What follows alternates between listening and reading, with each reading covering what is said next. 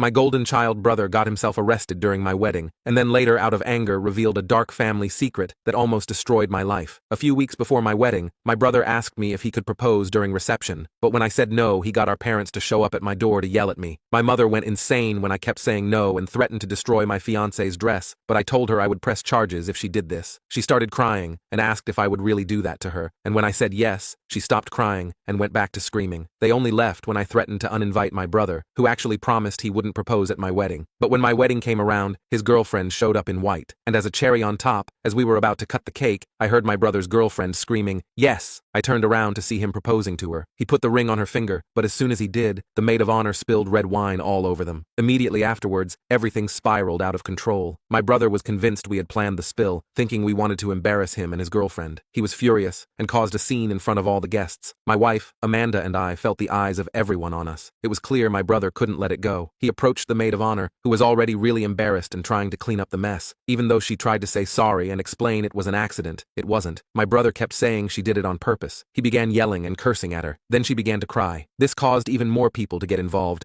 trying to calm things down. I jumped in trying to cool things off, but it just made him louder and more upset. Out of nowhere, he stepped right up to me and shoved me. I was totally caught off guard and stumbled back. I pushed back, and things got out of hand fast. We ended up scuffling, grabbing at each other's shirts, and before we knew it, we were swinging at each other. Then Amanda decided to call the police. When the police showed up, they talked to a bunch of people to figure out what happened. It was really embarrassing to explain the whole fight, especially in front of all our friends and family who were there to celebrate with us. In the end, the police decided it was best for my brother and his girlfriend to leave the party. As they were being led away, my brother kept yelling about how that war of a bridesmaid ruined their day. Even though it was a relief to see him go, I also felt sad because he's still my brother. After they left, the whole mood at the wedding was pretty down. A lot of guests started to leave too, saying sorry as they went. The morning after the wedding, my phone buzzing non-stop woke me up. It was my parents calling from their vacation in Italy. They had missed the wedding for their holiday, but my brother had already called them and told them his side of the story about what happened. From what they were saying, it was obvious my parents were on my brother's side. He's always gotten his way since he was the younger brother and baby of the family. They seemed disappointed in me and expected me to fix things. The whole conversation felt pretty one-sided, mainly because they had only heard my brother's version of the story. This kind of thing isn't new. In our family, it's always been like his word gets more weight than mine. Not only that, my parents told me I had to bail out my brother, who had ended up spending the night in jail because once he was outside, he started arguing with the officers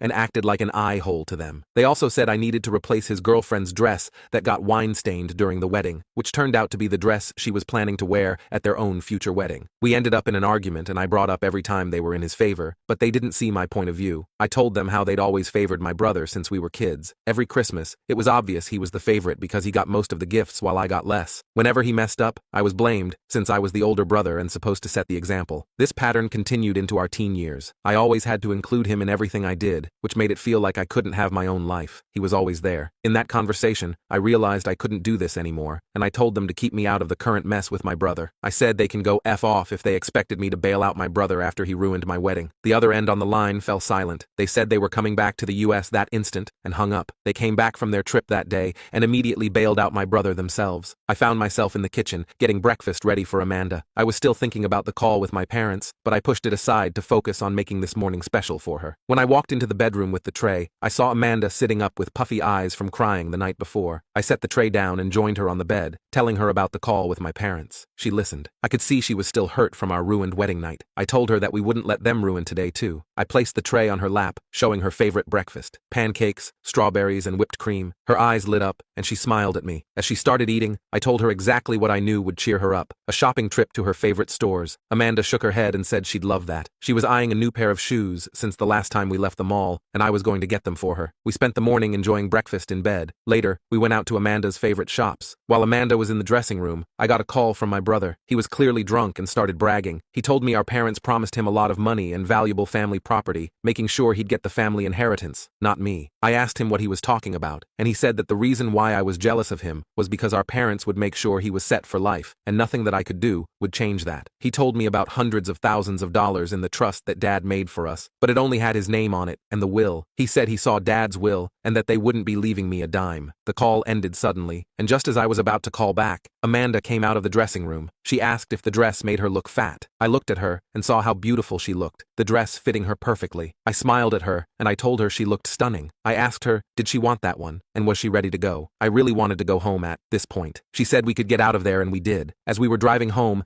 Amanda seemed happier, and this made me content. When we pulled into the driveway, my heart sank. My brother, his fiancée, and our parents were all there. The tension was heavy as Amanda and I stepped out of the car. Immediately, they started demanding. My parents insisted again that we buy a new dress for my brother's fiancée and compensate her for the emotional damage from the wedding incident. I said, if anything, they need to pay us for emotional damage. Amanda explained to my parents that my brother's fiancée wore white at our wedding, and my brother made things worse by proposing to her, but they didn't seem to care. My brother's fiancée took this personally and began insulting Amanda. She called her a pass-around and said she was jealous because she looked better in her dress at her wedding. She then accused Amanda of getting someone to spill the wine on her because of her jealousy. Amanda admitted that she had orchestrated the wine spill. That admission was like pouring gasoline on a fire. My brother's fiancée screamed and lunged at her. The driveway turned chaotic as she tried to attack my wife. Instinctively, I stepped between them, pushing her back to protect her. Things quickly turned into another fight, with my brother jumping in, swinging his fists. My dad threatened to call the police on us again, but that didn't stop us. Eventually, the police arrived and arrested me and my brother. They placed us both in the back of a cop car and took us to the police station. On the ride there, my brother laughed to himself. I asked him what was funny since we were going to jail. He asked, did I want to know the real reason why mom and dad didn't like me? I didn't know what to say after that, so I remained silent. He went on to say, I wasn't their real child. My father had an affair, and I was the result. My real mom didn't want me, so my parents were stuck having to raise me. He called me a mistake and said that's why I would never get any inheritance. I said he was drunk and that he was just saying this. He asked me why I think I had dark eyes when everyone in our family had blue or green eyes. I still didn't pay any attention to him. He said that grandma tried to convince mom and dad to put me in the system. She said someone would take me, but it was too late. I asked him how long did he know, and he said he's always known. They told him at a very young age. I didn't know if this was just another one of his ploys to hurt me, or if this was true. Whichever was the case, this news hit me hard. The cold treatment, the favoritism, the lack of inheritance, it all made sense now. They had never truly seen me as their own child. As soon as we arrived at the police station, Amanda was there. She bailed me out and she signed some paperwork. My brother was still in his cell as I was leaving. He was screaming, telling Amanda to get him out of there. She said to ask that fiancé of his, and we left. The ride home was quiet, with only the car engine's hum filling the silence. Finally, I told Amanda what my brother had drunkenly confessed, that I was the result of an affair and raised by parents who never really considered me their own. I could see she was trying to process everything I had shared. I told her I was unsure about confronting my parents. How could I ask them, knowing they had kept such a deep secret? What would it change? These questions made me feel even more lost. Amanda reached over and held my hand. She told me she would support whatever choice I thought was right. As we pulled into our driveway, I felt a weight on my shoulders, but I knew whatever happened I had Amanda standing with me, and knowing that I felt more hopeful for our future. Update 1. 3 years later, life has taken a brighter turn. One autumn morning, Amanda came to me with a glowing smile, holding up a positive pregnancy test. I hugged her and kissed her. I was so excited to be a father. As Amanda's pregnancy progressed, we decided to renew our vows and make new, happy wedding memories. We planned a simple, intimate ceremony with close friends. The day of our vow renewal was perfect. The sun shone brightly over the beautiful garden where we stood. Amanda, radiant with her baby bump, walked down the aisle in a flowing dress. Her beauty took my breath away. A few months after our vow renewal, I felt my world turn upside down again. My parents died unexpectedly in a car accident. Even though we had a strained relationship, I felt a deep sadness and a sense of obligation to attend their funeral. Amanda joined me in support. At the funeral, the air felt heavy. Friends and extended family gathered to pay their respects. My brother, however, stood apart from the people mourning. He looked almost satisfied that our parents were gone. He avoided looking in my direction, his demeanor unsettlingly detached. As the service proceeded, I couldn't shake the unease. My brother's behavior seemed out of place. I couldn't fathom his emotions, whether he was relieved, indifferent, or hiding something deeper, but his presence felt like a dark cloud over an already grim day. As the service ended, I watched my brother, still keeping his distance, a faint, almost smug smile playing on his lips. After the funeral, life seemed to settle into an uneasy calm. My brother and his fiancée continued to live in their lavish mansions, seemingly untouched by the aftermath of our parents' passing. News occasionally trickled through the family grapevine about their extravagant lifestyle, but it wasn't until later that I heard troubling rumors. Word spread that they had burned through their inheritance quicker than expected. Their once larger-than-life habits were now crumbling under the weight of poor financial decisions. It came as a surprise to no one when whispers began circulating